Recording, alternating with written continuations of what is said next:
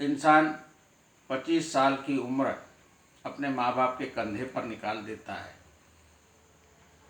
उसमें मनमानी से जीता है और मनमानी से चलता है।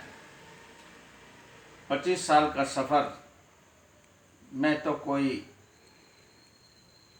तकलीफ़ नहीं होती, पर 25 साल के बाद जब 50 साल की उम्र तक चलता है और करता है, उस करनी का जवाब संसार को देना होता है और आत्मा उसके अष्टांग सवालों के घेराव में इंसान परेशान होता है। और इंसान इतना अहंकारी, लोभी, द्वेषी, अपने आपे में समझने के बाद भी नमता नहीं, समझता नहीं, समझाता नहीं और अपने आपे में दुखी रहकर मरने के लिए जीता है। आज 50 साल के बाद का व्यक्ति, औरत हो या पुरुष हो, मरने के लिए जीते हैं। जीने का, मरने का, जीवन का कोई सोच नहीं, क्योंकि करनी के अष्टांग प्रश्नों से हर एक इंसान परेशान होता है, पर परेशानी से हल पाने के लिए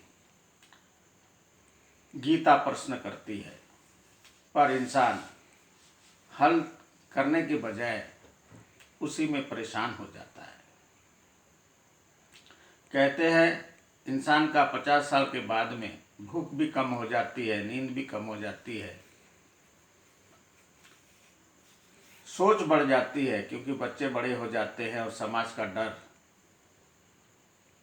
रिश्तों की समझ हर 50 साल के व्यक्ति को आती है।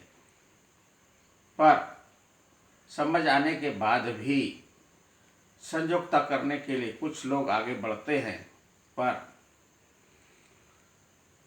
रिश्ते सपोर्ट नहीं करते और उसी महाभारत युद्ध में घर घर पीढ़ा में है।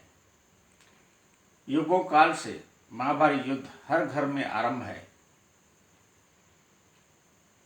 और महाभारत युद्ध का अंत अष्टांग कर सकता है।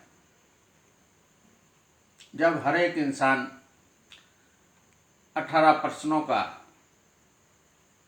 माता पिता उत्तर देंगे और उस राह पर चलेंगे, अर्थात उसी ज्ञान पर चलेंगे, तब इंसान का मार्ग का, राह में चलने का रामायण स्टार्ट होगा। रामायण में दिखाया गया है कि पिता कैसा हो, दशरथ। दशरथ अर्थात 10 समझ पर चलना। जो 10 समझ पर चलेगा और अपने बच्चों को 10 समझ पर चलाएगा, तब उसकी संतान राह में चलने का पूर्ण ज्ञान पाएगी। उसमें मेन पात्र दिखाया है राम। राम किस तरीके से संसार में चल रहा है,